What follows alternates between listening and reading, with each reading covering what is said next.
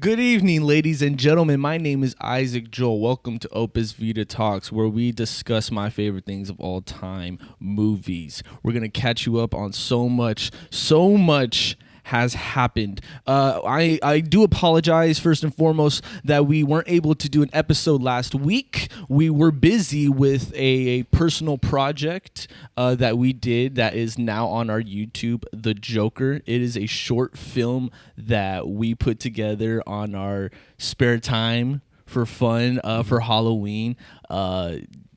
Go check that out. Next to me, I have my guest, Ronan Revenge. Ronan, say hi to everybody. How's it going, everybody? This is the man of many mysteries. I am Ronan Revenge. Ronan, you were part of the Joker project that we did. What did you think about the end result of it? Just like that's such a hard thing to answer. It was something that we kept under wraps. Mm-hmm. We made it a secret. We didn't talk about it. Mm-hmm. Yeah, usually with a lot of our projects, we always so interested, or at least I'm so interested in the preliminary conversations we have, and then the end result conversations that we have. It's always probably my favorite parts in just doing projects in general. But I feel like, per usual, the end came out way better than I envisioned it to, way better than I thought it was going to. And yeah, I thought it was tight. I thought it was so cool. I thought it was cool because it was 15 minutes. I think that was we were talking about that. I just liked how that was. We nice, shot that sweet. in one day. Yeah. Mm-hmm. Everything mm-hmm. one day. Mm-hmm. Mm-hmm. Yeah. Yeah, we really did. We really did. No, we really were up in the morning till later at night. Yeah, like 6 a.m. Yeah. We woke up at 5 a.m. We woke up at 5 a.m. Makeup at 6 a.m. Mm-hmm. Went to the fair. Mm-hmm. Shot all the car stuff. Mm-hmm. We were probably done home by like 10, 11 mm-hmm. p.m., something like that. It's pretty cool. It's a pretty cool experience. It's cool to do stuff like that. Yeah, man. Mm-hmm. I thank you for being part of that project. We had a lot of fun doing that. We're going to be doing more weird short pieces like that. Always. We got more stuff like that on the way. But now we're going to catch you guys up with everything that went on. We have a couple movies that we want to review with you guys. Some new news that came out. First and foremost, we're gonna dive right into it. Get this out of the way because we're talking about seeing Jojo Rabbit tonight. Are we? Yeah, not? we are. We've been talking about seeing Jojo Rabbit forever. Yeah, you know what? It's actually I saw that it's actually been out since last week. Yeah. It's just in select theaters, which is the same thing with Lighthouse, which is kind of the weakness of these because I'm hoping that they're great movies, but they're just not playing available more. We kind of got to go out of our way. Maybe that's how it is, though. Maybe that's how they have to play that game, if I'm being honest. For now? Maybe. I don't know. I don't know. Maybe. First, we're going to talk about something very, very terrible. Miles, we've seen a lot of bad movies this year. The list keeps growing. It keeps growing. It does. It continues and continues to grow. But this was a whole other. We're talking Terminator: Dark Fate, ladies and gentlemen. We'll just get it right out of there. Let's get it. Bro. Yeah. I gave it right away. Yeah. Spoilers ahead. If you don't want to be spoiled, don't listen. But honestly, who cares? You don't really. It doesn't matter. Yeah, no, we're not. Yeah, we're not Gentiles on this podcast, dude. We're just gonna give it to you straight. Me and Miles spent the day watching Terminator 2.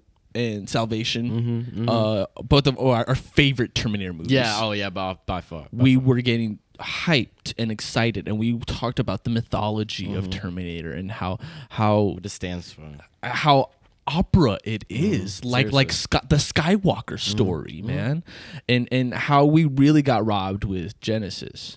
I did not see Genesis. I've seen many clips of Genesis, and what I see, I despise. I saw it in theaters, dude. You did? Really? Yeah, I saw it in theaters, bro. Yeah. So, we should have stopped there, if I'm being honest. So, James Cameron back producing from director of Deadpool. Tim Miller brings you Terminator: Dark Fate. It is a we read all those reviews here on the podcast. Yeah. Everybody's saying that these two women stand out, the new characters, that it's the new Force Awakens of the Terminator franchise, that Linda Hamilton proves it's her franchise. It's not Arnold's franchise. And Arnold steals the show.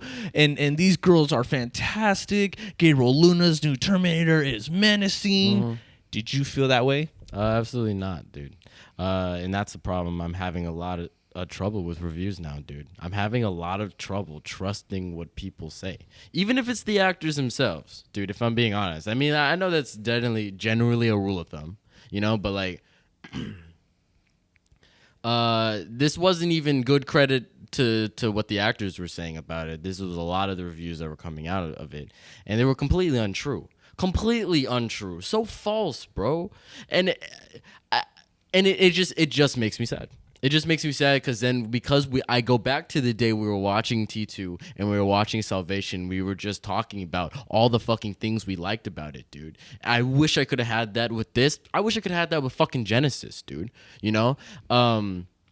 It's unfortunate that this just puts this franchise deeper in the grave, kind of, dude. If I'm being honest, man. I don't ever want to see another Terminator movie ever. Dude, again, no, I don't. Ever, yeah. Again, I don't know where it's at right now with its box office numbers. Ruben, our producer, if you can look that up for me real quick. But yeah, that's how we feel about this movie right now. I want to dive in a little bit more about what it is that we don't like about it. I do want to get specifically about this, okay? First and foremost, they start this movie off with a clip from Terminator 2, Sarah Connor's interview breakdown, and as this clip is going on, we are going back to back logos after logos after logos. It just not making this worthwhile. If you know Terminator, you know this scene. You're not gaining any new information. Nope. This clip has nothing to do with what happens after in the movie. And I was thinking, what were they gonna use of Terminator 2? And I remember thinking if we were gonna get any like already used scenes, what the hell were we gonna see that we've already saw, and the audacity that it was the first thing of it, bro. And the audacity goes further, because right after that, the movie starts with the most generic narration about fate and from Sarah Connor possible, and the chills go down my spine saying this. A deep fake animation simulation scene of young Sarah Connor and the young boy from Terminator 2, and some weird body double of Arnold Schwarzenegger comes in at a Bahamas island where they're hiding out. It looked like a video game. It looked like a video game. It did not look real. It felt like it was a dream. Yeah. I thought she was about to wake up and it would be like some weird video game nightmare. Dude. Yes. Well, at least, no, this is real. He shoots John Connor right then and there. Yeah, with a shotgun.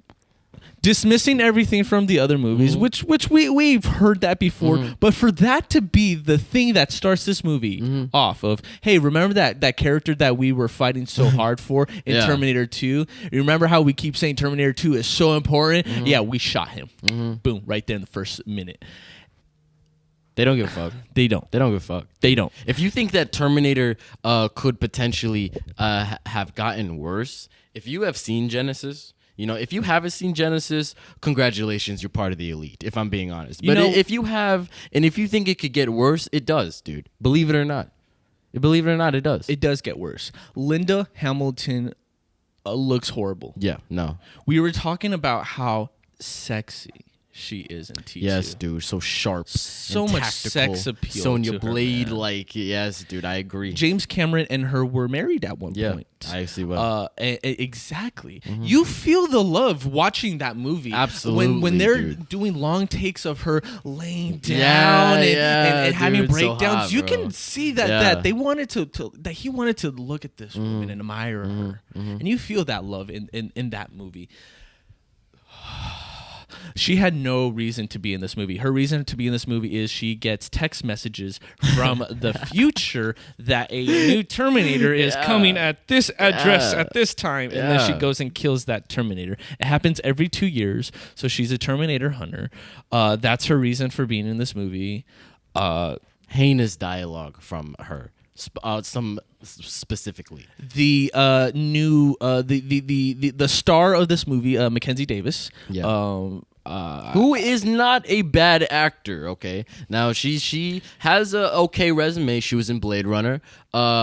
She's not a bad actor, honestly, and I'm still gonna stick to that. When we were talking earlier, her acting wasn't bad. Like, I didn't not enjoy Mackenzie Davis. She was given the worst lines ever. They were all yeah, exactly. All the dialogue was horrible, dude. When there was one point where she's wounded and the girl that she's protecting is, we're gonna go get 100 cops. And you know what you're gonna get if you put 100 cops against that Terminator? 100 dead cops. And then she was a complete asshole to Sarah Connor. Holy shit, bro. She was like, if you're for no reason. Miss Mary, is that why I feel like I want to beat the shit out of you? And dude, Linda Hamilton, bro. Sarah Connor just got bitched that entire movie. Bitch slapped that whole movie. Entire movie. She just took it. She just fucking took it. She was never given a respectable moment. Never. No. If you're gonna tell me that her crying in the woods over John was her moment, then no, that she earned nothing. But such weird to that point. Exactly. Such weird when we talk about what she was saying about this movie and what people were saying about her in this movie. That moment is that what it was? Well, the fact that it was so honorable to Sarah Connor. In this character, it's not. They disrespected the fuck out of her, bro. They did. They disrespected Arnold. They put my boy in shorts and had him serving Coronas with some limes, with his friends. And check this out: this Terminator, after he killed John Connor in the beginning of the movie, he lived on with no purpose and lived on the earth. He fell in love, met a woman, had a son. The son's name is Mateo. Yes. He has a Mexican wife and a Mexican child. Yeah, a non-physical relationship. And she doesn't know that he's a Terminator. Yes, dude. Yes, bro. She doesn't know he's a Terminator. When he's with the dog. Dude, he's petting the dog, his legs crossed like a nice old reformed. Man. He's so weird, dude. Weird, man. That aside, he had no reason to be in this movie. Absolutely not. Absolutely. They just went to his place. Yeah. And he's, I'm going to teach you how to protect yourself. And she's shooting guns. He's doing nothing. He's standing there this whole time. When did you tell your wife? I told her you being here is dangerous. Yeah. And that I love her. And then this. She went on with her men who she actually has a physical relationship with, dude. Like, it just didn't make any fucking sense. And speaking on Arnold Schwarzenegger and just the Terminator, Gabriel Luna's Terminator, abysmal, bro. Venom. Worst Terminator I've ever Carnage seen. test footage, dude. I don't know how they got away. I don't know. He every time he killed somebody, he had a one-liner. Yep. Yeah, dude. A whole body's a weapon. Why did he talk so much? He's a Terminator. Yeah, I know exactly, bro. I didn't. That's like one of the how... great things about T2's yes. Terminators. They just are. They just are machines, ruthless machines. Absolutely. They're not these machines that just happen to grow synthetic consciousnesses. That's a weird. And look. Okay, I was giving it the benefit of the doubt. Not to say that we could not have these thoughts with the elements of the Terminator, because we were talking about that shit when we were watching T2. The aspect of what is it to be human? What is it to be human? Yes, okay, we did. Not that is the point, but how this was given to us, dude. So fucking weird and so un-Terminator like, as weird as that and as alien as that sounds, dude. There was nothing that wasn't Terminator of this film, but it seems like everything that was Terminator wasn't Terminator. It's so weird to say that though. Like, Look, you know what I mean by that? This movie made us bad audience members. Oh yeah, dude. I gotta talk about this because the first 10 minutes of this movie, we were. I promise you. I promise Can't make you. this shit up, We respect cinema. We respect the movies. I promise you, we do. But when you watch a movie that is just so laughably Horrendous, bad, you can't help and just laugh at it. Cringe. The first 10 minutes, we were trying our best to be quiet and cringing and holding our everything. breath, dude. And Yeah. there was a guy a couple rows seats next to me that snapped at us and was like, "Come on, guys, come on, shh, be quiet." And we said nothing. We started to be quiet. We were like, okay, maybe we are just being too much right now. As the movie went on, we started hearing other people from they're just, are you kidding? Oh god, laughing at it, complaining. Yes, dude. It just went on and on and on like an echo. Everyone in that theater Those was poor having the souls. same reaction, fucking people. except the guy next to me, Yeah. because for some reason he was liking it. He was laughing with his dick in his hand, bro. Ain't nothing. Yeah, bro. That's it makes me very mad, and that's why I'm kind of starting to almost enjoy those experiences because I'm trying to snap back at those people. Yeah. Because they should not be appeasing the bullshit we're having these people sit through. That's all I gotta say, bro. Like, Terminator, man. It's a shame. It makes me really sad. It makes me really sad to feel this way about it. If I'm being honest. Makes me very sad. And I know we were kind of tipping it with Salvation. Salvation was not a perfect movie. It wasn't. It's not. It wasn't. It's not. But it's got its flaws.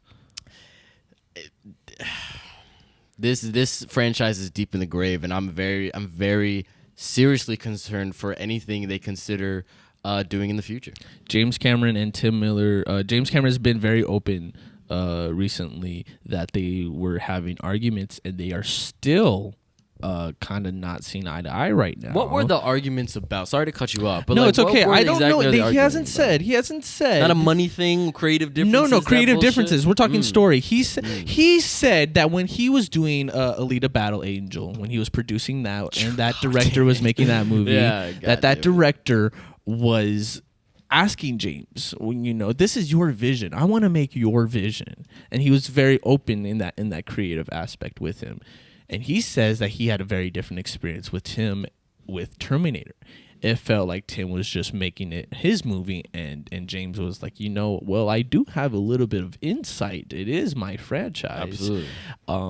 So it kind of sounds like it was Tim Miller and trying to cut out James Cameron, and they just poster boyed his name all over those trailers and those posters. So if that's being the case, if that's the case, then James Cameron is pointing the blame of whatever is wrong with this movie to Tim Miller, the director. Which I rightfully think so, because there are just so many horrific frames of this movie. That's what I'm saying. And Tim Miller had these creative. I mean, this guy did Deadpool, dude. The first one. So yeah. So it's like. You're right. There were horrific frames, man. It looked like a Call of Duty video game at one point. I told you. I was like, dude, this just looks like a glorified video game. Yeah, we were so tired of watching. We were really tired of watching it. We were just so bored. Oh yeah, we were waiting for the fucking end, dude. At least I was. We were. We've been through some bad movies. We've seen Dark Phoenix, but you know what? At least we knew what we were getting with that. At least the people were honest about that. This was a lie. This movie is a lie. Its existence is just a lie. A lie. You do not need to see this movie ever. Yeah. Bury it. Cinematic abortion. Don't see it. Seriously, for your own sanity. Ruben, how long did we go about that? Jesus Christ. I don't. Well, yeah, no. What were the projections? Can I actually see how much this weekend I did a whopping 29 million. 29 million. What was the budget? The budget. Give me 1 second because I know you're gonna ask that. But those are not very disappointing numbers. Yeah, 29 million is not a lot of money. Ruben, what do you think? Also, hearing all this, are you interested in seeing the movie? No. Not Were at you all. before? Well, Like, was there kind of like you were kind of interested? Are you a fan of the Terminator? Like, what do you think? Well, I'm gonna say this, and don't judge me, I ain't gonna but judge. I've never seen a Terminator movie. Well, I think it's good And- because we're at a time where you can actually pick and choose the good ones. Like you saying that now, if you wanted to see the Terminator ones, there are select few movies you could go and watch right now. You know.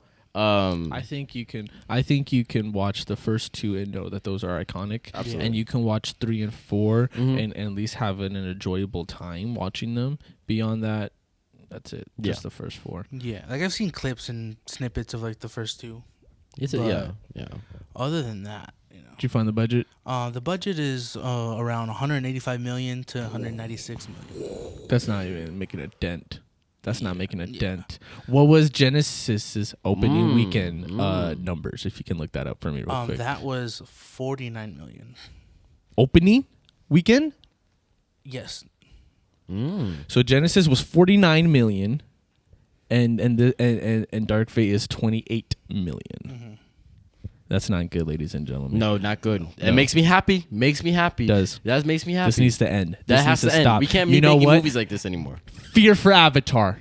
Fear for Avatar. Whatever. I don't care if James Cameron's directing it. Fear for what happens. That's true. Fear. That's true. We're gonna move on. We're gonna move on. We got 2 more movies that we're gonna review. Next, we're going to talk about a comeback. Eddie Murphy. My Name is Dolomite. Hit Netflix. Am I saying that? Is that that's the Dolomite. Yeah, Dolomite. Yes. It hit Netflix last week. It was in select theaters as well. We got a chance to see it. Impressed. So impressed, man. I'm not really super huge into the Netflix stuff, the Netflix originals or anything like that. But it's kind of cool that this is still a platform for these type of movies to kind of drop like that, which I appreciated it for. Would have liked to see it in the movie theaters though. It should have been. It Should have been. I would have definitely saw it. You're getting great performances from every side actor, every supporting actor on there. Even Eddie Murphy, dude. Even Eddie Murphy. This is his movie, and it's fire. It's good. It is. I had a nice time watching it. It's also because I like watching movies about people make movies. You know, even that was cool. Yeah. Those aspects of it. Great characters, dude. Wesley fucking Snipes, man. Good actors doing like good acting. Like solid acting, solid dialogue. Yeah. Man. You know, I was really impressed. I was really impressed with Keegan-Michael Key. Yes. But I very disappointed in the choices that he makes Yeah. outside his career. Yeah. He has some stupid Firehouse movie. Is that with John in Cena? In Something- theaters, yeah, some with shit John like that? Cena. With Jesus Cena, Christ. yeah. And it sucks that movies like that for him get out in theaters, but him doing actual acting in this is good. And I was watching a half-hour long video of them all at a table discussing it, and to hear about them going diving into making this movie. I really appreciate it from all of these actors, man. I wish that more from them outside of this. Makes me excited to see Wesley Snipes and Eddie Murphy in Coming to America 2. Yes, yeah, they're yeah. filming that right now. They were Yeah. talking about it like very openly. I love that Eddie Murphy reached out to Wesley for this movie. Yeah. And I also appreciate it for the culture. You know, being a young black man myself, Dolomite was a pretty stupid movie I saw really young, but it's cool that there's an appreciation for that. You know, it's cool that that's an inspiration. It's cool that there was light on that period where black people in cinema, that was a really big thing. It's cool. No, I like there when watching a movie like that. Yeah. You clearly get a sense that there is creative decision making. You know, I loved all the practicality of it. That's what we were talking about of like them making movies and stuff like that. You know, the roof coming off. Yes, I was just thinking about that. That sex scene. Dude, so fucking cool, man. I thought it was great. Really thought it was good. It's definitely probably one of the better things on Netflix, I'm sure.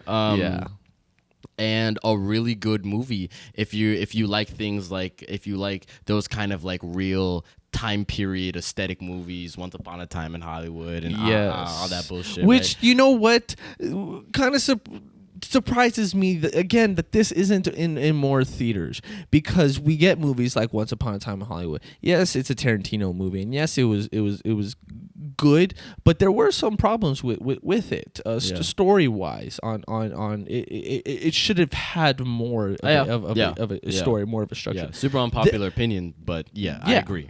This one clearly has. It's based on a true story. Eddie Murphy, he really dived back into his aesthetics and his mental state of mind, I believe, and proved that he knew it. When he first started off as a comic, back in the early 70s. And I felt that with this older character, it felt very relatable with him and his age, being this old and feeling like life is just over for you. Like this is as good as it gets, and going out and making something for yourself, and saying screw everybody else that is denying me. I'm just going to do it myself. Those stories are inspiring, Absolutely. man. That disaster artists, yes, inspiring tales of people believing in themselves. Yeah. Even how ridiculous their ideas are. It shows you that even how stupid and how weird some people are. The best things come out of that. Yeah, absolutely. And even though it could have used more drama, it could have used more drama. The interpersonal relationships and drama they had of it was suffice for it. Like it's a within context thing, as we talked about. It is. It's works. something that you kind of just put together yourself in your head versus them actually kind of going more into it. And I agree with you on that. It could have used that more drama. Which is something like Once Upon a Time got well, but that's because we know that's fucking Tarantino, all that bullshit. But I think it's a really good watch. I highly recommend it, if I'm being honest. Go watch Dolomite. Absolutely. We're gonna do one more review. This is something that I was able to catch a showing the other night. I had to get the taste of Terminator out of my mouth. I was late at night, and that movie was haunting me. It's exist. I remember I was just sending you text messages dude, we saw Arnold in shorts serving drinks. Handed out Coronas, bro, on ice. What was he, a carpenter? Dude, I don't know, man. His name was Carl. Draperies, dude. Carl's Draperies. Drapes. The Terminator. Dude, I had to get that out of my mind. The drapes. So, business. A little movie called The Lighthouse came out. It is a black and white. I'm sorry. Please keep going. It is a black and white 4x3 movie starring Robert Pattinson and William Dafoe. Directed by Robert Bergs. I hope I'm saying his last name right. But it's loosely based on a potential true story, not maybe true, maybe not true, maybe it's a folk tale. That's how the director talks about it. But about these two lighthouse keepers, they get stranded on this island, and the storm hits them. The old man dies, and the young man loses his mind. And that's the tale, and that's the concept that the director takes and dives into it with this.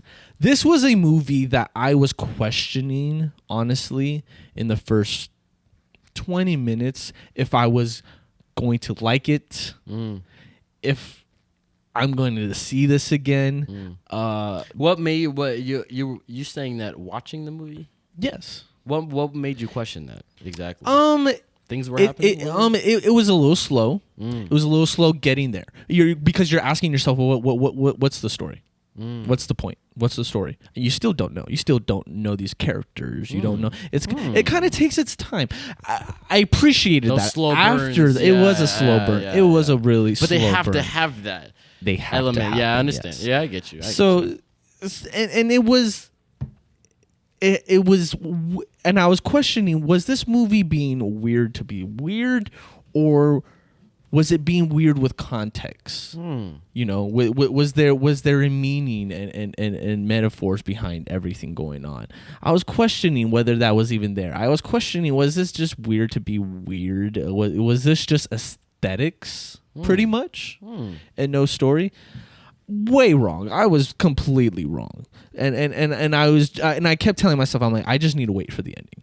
I just need to wait for the ending because maybe it's just going to connect everything, and those wires, once they tap, the whole lights will turn on for me in my head, and it happened for me, and I'm cool glad. visual. Yeah, I'm glad. Thank you. Yeah, sorry, that was a really good I'm visual. glad I held on to it because Robert and Williams acting, first and foremost, is phenomenal, dude. I cannot wait to watch Robert as Batman. He's got one more movie with Christopher Nolan. He's got Tenet coming out. And then he's doing Batman, but this guy is just killing it in acting. He's this is, I think, his second or third A24 movie, and he knocks it out of the park. They really put them through bad weather conditions. They put him in a bad mental state of mind. It's a story about these two men that really hate each other, that are stuck with each other, abandoned, stranded, haven't seen a woman in what, weeks, months, years. You don't know. They fascinate with the idea of mermaids. The horror imagery in it makes sense. There's a lot of flashes of random horror imagery. Yeah, I love that. And you could, it could be mistaken as random, but it is there for a reason.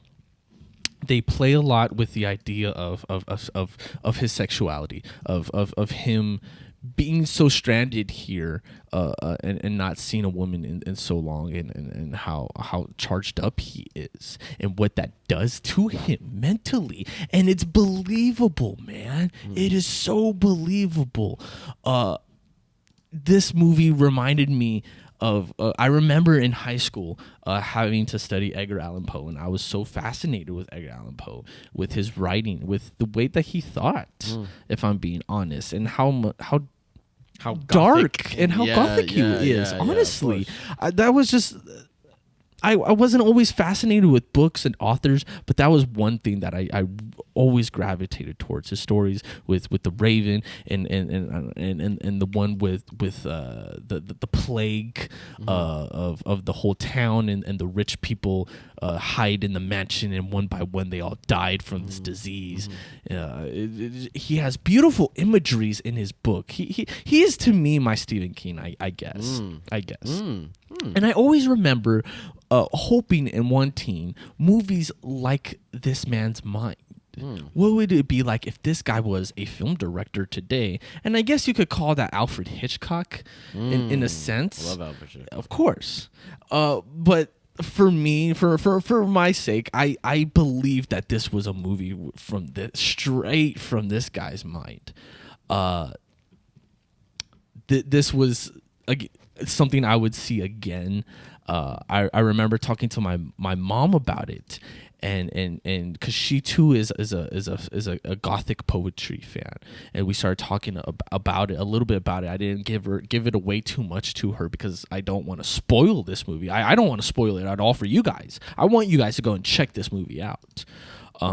Which is so funny because we talk about Terminator spoiling it. Yeah, we don't only care. spoil for the shit that Is is worth worth spoiling. Yes. Yeah, you know what I'm saying. And that is a movie that was just so refreshing, coming off of Joker.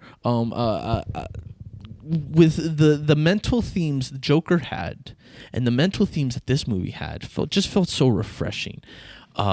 This is it's a recommendation for me. I haven't seen it, and I don't know too much about it. I've seen the post, seen the trailer, but haven't seen it. Would want to, been wanted to. I didn't get a chance to, unfortunately. But you saying that makes me more interested in it. Honestly, if I'm being I honest. wasn't this interested in it prior at all. Like Yeah. I said, even watching it, I was like skeptical watching it. I was like, is this worth it? But it feels like cinema. It feels like cinema for the time. That's cool. But I like stuff like that. I'm interested in. I Not wanna watch it. not long. I think it's like an hour 40 minutes. You know, doesn't drag its time. It's a hitter. Those movies be good. Is it also A24? Shit, they're good selectors, man. They kind They of know what they're are. talking about, man. You know, you give A24 a lot of flack for being hipster and stuff like that or whatever the fuck, but You know what? They know what they're doing. are challenging themselves. They really I are. loved watching the conversations. I was watching interviews from William Robert and the director Robert talking about this, and I loved hearing them talk about it. I loved hearing them dive into the inspirations for them. Talk about it took us 7 takes to hose down Robert, and he was getting agitated and angry with us. But we used the 7th take, and we pushed him, and he would have kept going and going because he's that much of an actor. He loves the art that much that he's willing to keep going and going. And it's good hearing these creatives have these creative conversations, which is much absolutely. more that we can say than any other movie we have seen. and that's all I kind of look for, and this is that is apparent in we look at movies and stuff like that, and it's so disappointing when movies that spend all these high budgets and high dollar and high dollar actors and when the film lacks that. It is so devoid of that. It's uncomfortable. It just makes me very sad. But it's cool to what you're saying that stuff like that still exists. Unfortunate, it's not bigger, probably in more movie theaters. Hopefully that type of stuff changes. But I don't know. I'm pretty interested in this in the Lighthouse. I kind of really do want to see it. Definitely go check it out. I highly recommend it. That's all of our movie reviews for now. We are going to watch Jojo Rabbit after this, and we'll give you guys a review on that on the next episode. But we got a couple of news that came out that we're just gonna go through real quick. A little speed round, I like to call it. First things first, Spider-Verse 2 was announced. Sony dropped a little video on social media with a bunch of different flashes of the new Spider-Verse logos, and it's all Miles Morales' logos, but different versions and iterations of it. And you can break them down frame by frame and potentially guess, the different realities that we might tap into with this new Spider-Verse movie. I saw one that said, that this one frame looked very realistic compared to everything else that looked like a cartoon or a comic book. And then they were saying, who knows? It may tap into, the reality. Maybe Tobey Maguire's Spider-Man. Maybe Tom Holland's Spider-Man. Maybe it'll go into those verses and tie in those in together. Especially with all the drama that's been going on with Spider-Man and Sony and Venom, and they're probably just looking a way to tie in all their movies. But anyways, that is on its way, and it is coming in 2022. Well, that's a minute away, 2022. Yeah. But look, I was a very, very big fan of what is now the first Spider-Verse, dude. So gorgeous. It was Brilliant. Do I feel I need a second one? No, but would I be against it? No. Considering how good the first one I liked, I would definitely. I mean, if it still stays true to that feeling that I got from the first Spider-Verse, then yeah, fuck it. I mean, let's do it. But I don't know. Those things just scare me, man. Those things just They do, because I don't need the same actors to come back. Yeah. Besides Miles's universe, all the other Spider-Mans and Spider-Gwen, all of them. I don't need them to come back. I would like to go somewhere new. I would like this to go to new places. But no, I would love to watch a Miles Morales Spider-Man movie. Oh yeah, absolutely. But the fact that this is Spider-Verse 2, which means we're going back into the multiverse, it's just how is that gonna come back? Well, we were without questioning this that with being a this one. fanfare thing. We were questioning that with the Into the Spider-Verse. The first one, we were questioning with that when it was coming back. I remember when it was that trailer dropped for it, and then it was like a year away, and there were a lot of questions of the multiverse and stuff like that, and they made it work. I'm just looking at the facts here, you know what I'm saying? And I don't know if this is the same type of team or whatever the fuck that's coming for this. I don't know. And I guess that's kind of where it could get kind of squirrely if different people are dealing with it and stuff like that. I just think we're in a weird place right now with movies in general, with the whole time travel, different realities. I agree. Thing, I also agree. Avengers it can get too Endgame. messy. I think it's a little messy right now. And they took a risk in with Marvel. the Spider-Verse of making it work. Yes, the Spider-Verse does it right. Yeah, but to even expand that, you're right. It can get very messy. Yeah, I agree. Peyton Reed returns for Ant-Man 3. Shooting starts in 2021. You didn't even see Ant-Man and the Wasp. No, dude. I barely stayed awake for the first Ant-Man, bro. Really? Yeah, man. Holy shit. I don't know, but Ant-Man 3, dude? Are you kidding me? Yeah. 3? Look. I don't know about it. I don't know, dude. I don't know. I will They're say gonna have to pull this. something I have out never there. been a fan of Peyton Reed, the director. His resume when they hired him was The Breakup with Vince Vaughn and Jennifer Aniston. Yes Man with Jim Carrey. Okay, good movie. The director that was supposed to do the first Ant-Man, Edgar Wright. Creative differences, had to leave the project unfortunately, and until this day I wonder what would have been. Edgar Wright, he went on to do Baby Driver, and Baby Driver was amazing.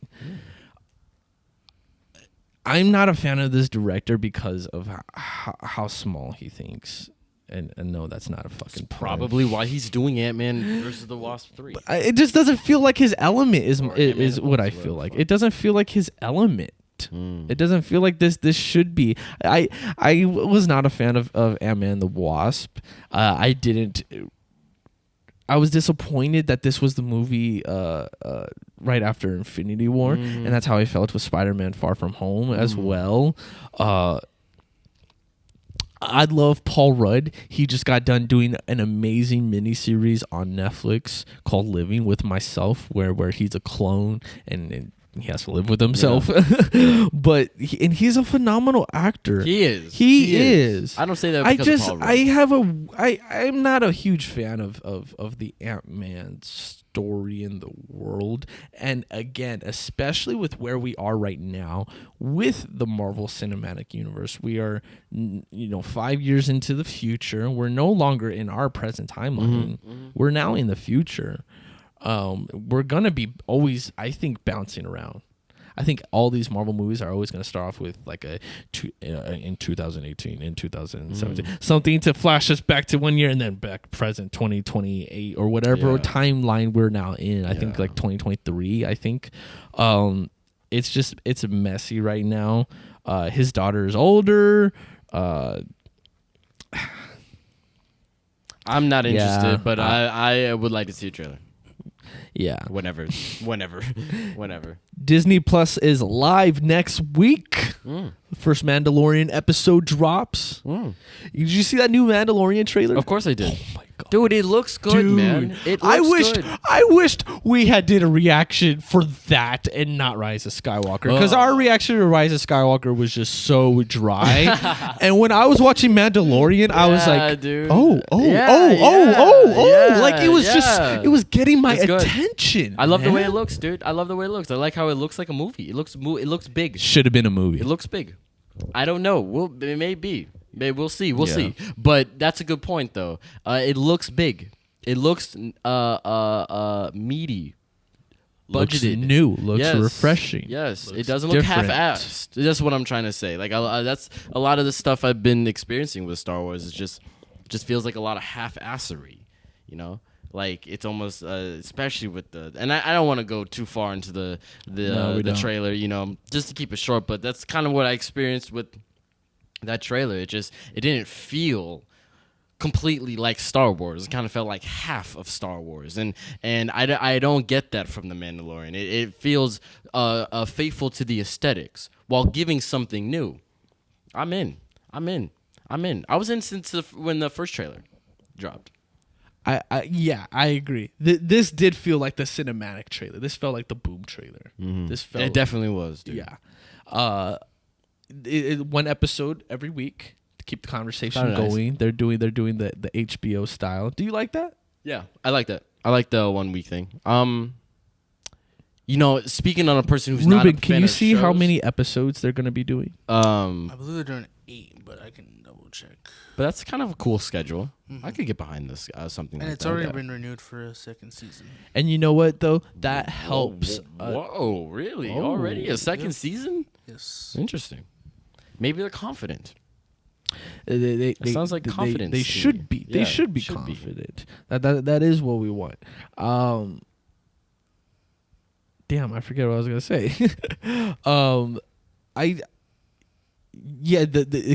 One episode a week. Yes, it's 8. 8 episodes. I could get I behind think. that. I was gonna say. I think this helps us get through movies. Because if we're getting one good episode, hour-long episode a week of Star months. It's Wars 2 months. for 2 months, 2 months. to get us through the hard movies That's a that good we point. have to watch. That's a good point, dude. This is a good compromise versus the binge stuff where we watch it all at once and it's kind of over with, you know? That's a good point. That's a good point. Especially like I'm not super into shows, but that's something I could get behind. Like that scheduling. You know? That's something I could get behind. What's that, Ruben? The last episode airs on the week of Star Wars, The Rise of Skywalker. Mm. And it's Smart. Evil. That was they good. knew. Yeah, They that knew, was bro. good. Evil. And speaking Evil. of Jojo Rabbit, Taika Waititi is directing the final episode. What? The final? Yep. Wow. So that should be a good episode, I think. Yeah, you didn't know Taika Waititi directed an episode? No, that's interesting. That's yeah, they news. got some That's good. news. They got some good directors. Ruben, look up a list I thought it was of just the a Jon directors. Favreau thing. No, there's a You got couple. Dave Filoni. Dave Filoni. Wow, these are weird ass names. Hmm? Rick Famuyiwa, Mm. Nigerian director. Deborah Chow, Bryce Dallas, Female director. Bryce Dallas Howard. She Bryce directed an Dallas episode. Dave Filoni returns for the 5th episode. For the 6th episode, we have Rick coming back, and then for the 7th, Deborah. Chow Look, should that's come kind of interesting that they have different directors. So for then, what's different John episodes. Favreau's role then? Is he just like a producer? on all the Well, episodes? he's a overseeing? showrunner for sure. Showrunner. But That's good. He wrote the first 4 episodes. Okay. And the That 7th organization and is 8th one. interesting. I wasn't impressed what he did with Lion King. Yeah, But I hope he does good leadership with this. Yeah, that I mean, this is the organization guy is that interesting. started Yeah, he Marvel. did This what is he the could. guy that started Iron Man. You know, so maybe this is his element. Yeah. Yeah, we'll see. I think that organization is interesting. How they're not treating it's a different it's smart. It's smart because you can have different directors doing different things multiple different times. That's smart, and it's cool how you assign someone for one episode. It's not someone who's overlooking a sequential thing. It's I mean, you're one talking per- 8 hours. Can you Yes. imagine a director doing that's what is that? 4 interesting. movies at that point? Yeah, that's interesting. Organization on Jon Favreau's. That's I'm smart. You know, it's smart for the showrunners. A lot of work, I assume, but smart. The Game of Thrones creators we're set to do a trilogy for Star Wars. This was around the time when what's her name? What's the woman's name that runs Lucasfilms? Ruben. They were handing out trilogies. They handed out that trilogy to Rian Johnson. They handed out a trilogy to the guys that just finished Game of Thrones Jesus and their big Christ. finales. The directors just dropped because apparently they just got a deal with I believe Netflix, like $1 million deals for a new show that they're going to be producing with them. Who's they? The creators of Game of Thrones, Okay, yes. okay. But they had contracts for this Star Wars thing that they were going to do. And they're saying that, oh, well, we're just too busy. We're doing this. My thinking is that there were some creative differences again. And it sounds like that again. And there has been problems with this for a while, man. We were supposed to have I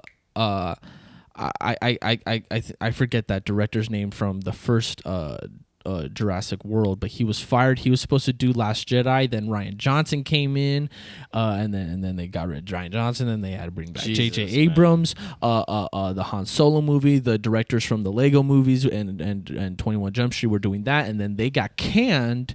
And then Ron Howard came in, did a bunch of reshoots, had to practically do the whole movie again. Yeah, that's my worry. Is you're piggybacking on other people's work. It doesn't. It's too much cycling, dude. These creators and directors are just getting in and out and tossed in and out. That worries me because we're still talking about Star Wars. Yeah. Right? Yes. It's a damn shame, man. It's a damn shame. Yeah. Do you think Rian Johnson's trilogy is more likely to happen now with these guys gone? Because even Rian Johnson was not 100% sure if his trilogy was still. Well, I said it once. I'll say it again. I'm surprised Rian Johnson isn't dead with how much we grilled him, dude. Holy shit. He made that movie and ran, man, dude. He didn't give a fuck. And we crucified that man, dude. I'm surprised he's not dead. It's true. And he wants to do a trilogy? I hope they know he knows what he's talking about, man. Because after Last Jedi, you talk about that movie to the end of time, dude. I don't know, dude. And it's not even on the director standpoint, because we can talk all about the fucking director. We're talking about Star Wars. Like when we're talking about all these lucrative deals and directors getting shuffled in and out, dude, that project can't have that, because that's how we get things like fucking Justice League and all that bullshit, dude. Whoa. You can't, like, I understand, directors coming in and out, but when you cycle directors and stuff like that, you're going to get to a point where you basically are redoing the movie. All these reshoots and all that bullshit until the copy, until what's left is just like a former form of what it was supposed to be. And I don't want that to be Star Wars. It's as if these people aren't having initial conversations and getting on the same page. Well, no. Before they're even hired. It's just like, oh, you're the person that did that new trendy thing. Let's get you a trilogy. Yeah. But you got to also understand, Star Wars is such an expensive franchise. You know, not just what comes with Star Wars, all the fan service, all the Disney toys, the all marketing, the ridiculous bullshit. Yeah, you know what I'm saying? Star Wars is an enormously expensive franchise, dude. I'm just worried. I'm worried for the integrity of Star Wars, if I'm being honest, because I'm a fan. Worried for the integrity of the Star Wars movies. Excited for the Star Wars TV show, because we still have Ewan McGregor doing Obi-Wan's spinoff. Mm-hmm. Excited for that. I was watching him on a couple of talk shows, and he is growing that hair and that beard out. He is getting ready, bro. I feel it coming. I don't know what he's gonna do, bro. I hope he looks close to Alex Guinness, bro. Yeah, I really do. I heard some good reviews about Dr. Sleep, about him in there. It's a long movie, but I hear he is good. I hear the story is really good. I know. I heard this. From somebody who is an actual fan of The Shining, a huge fan of the first Shining, and talked about how much that this one really does respect it in terms of not relying on it, not piggybacking off of it, but at the same time does do a little bit of nod to it. I'm not gonna say fan service. I want to say nod to it, but more towards the end they were saying. But the whole movie is that of this other thing. I think I'm more intrigued to see it now, but I do need to see The Shining because I haven't seen it. Yeah, well, I mean, if I'm being honest, The Shining is one of those movies where it's a cult classic. You know, it's one of those things where if you said you didn't like it, people would be like, you don't like the fucking Shining. What's wrong with you? Kubrick this, Kubrick that. I personally don't think The Shining is that good. I like The Shining because of how the cinematography. That's just because I'm a fan of Kubrick, right? And because he's a fucking psychopath. But The Shining's a hard movie to watch. It's just weird, But that now that you say that, it's interesting because that's kind of the problems I had with it when we were looking at the trailer, was that I felt like it was using The Shining to kind of sell it. Maybe the marketing is maybe, and you're right, maybe, maybe, but. And then dialogue, but maybe maybe that is, and I will give them this benefit of the doubt. Maybe they are just using that to bring in those fans, to bring in the people to watch it, and to trap them with, but we're gonna give you something different. We're gonna give you something a little bit refreshing. We're gonna continue to move the story forward. Well, if that's the case, if that's what if that is the intention, then I'm interested in seeing it. However, people have been made these claims before. We hear this about too many things, dude. Too many things I'm a fan of. It's true. It's just the lingo almost. Trust is getting thinner and thinner. You guys can trust us. We will lie to you. I wouldn't lie to you. No, I don't even lie to my mama. No. Can't lie to mama. Absolutely not. Dude, this was such a good conversation. Oh, yeah. We shot through so always. much, man. As always. I love talking to you, man. I really do. The other day when we were watching Terminator, we paused the movie at one point and we went out on my porch to have a conversation. Just conversations. Yeah. We lost track of time. I don't remember how long we were out there. It could have been minutes. It could have been hours. Days. Could have been hours. Yeah, days. It felt like. Yeah. But our conversation was so genuine and so beautiful, man, that it got me crying about how much I love movies. Yeah, dude. And it wasn't a sad cry. It wasn't an upset or frustrated. It was of joy. I was joyfully crying and shedding those tears, and I reflected on it even afterwards, and the feeling that I had afterwards, and I knew that my intentions with films and how much we respect films gets me that emotional, bro. I know we respect things at the end of the day, and I know the care that we have when we watch a movie, when we create stupid little short films, when we make music videos, when we make our promo videos. I know we take that love everywhere. Yeah, absolutely, dude. Movies are such a big thing. I just think it's important that these things exist because these type of stories shape a lot of our perceptions. A lot of how we feel about life, other people, stuff like that. And maybe it doesn't go that deep for everything. I don't think it goes that deep for every movie or anything like that. But it just the history we have with movies, that's what it is, the respect that comes with that history, dude. And the legitimate love, It's a cathartic experience. Good word. It's a religious experience. It is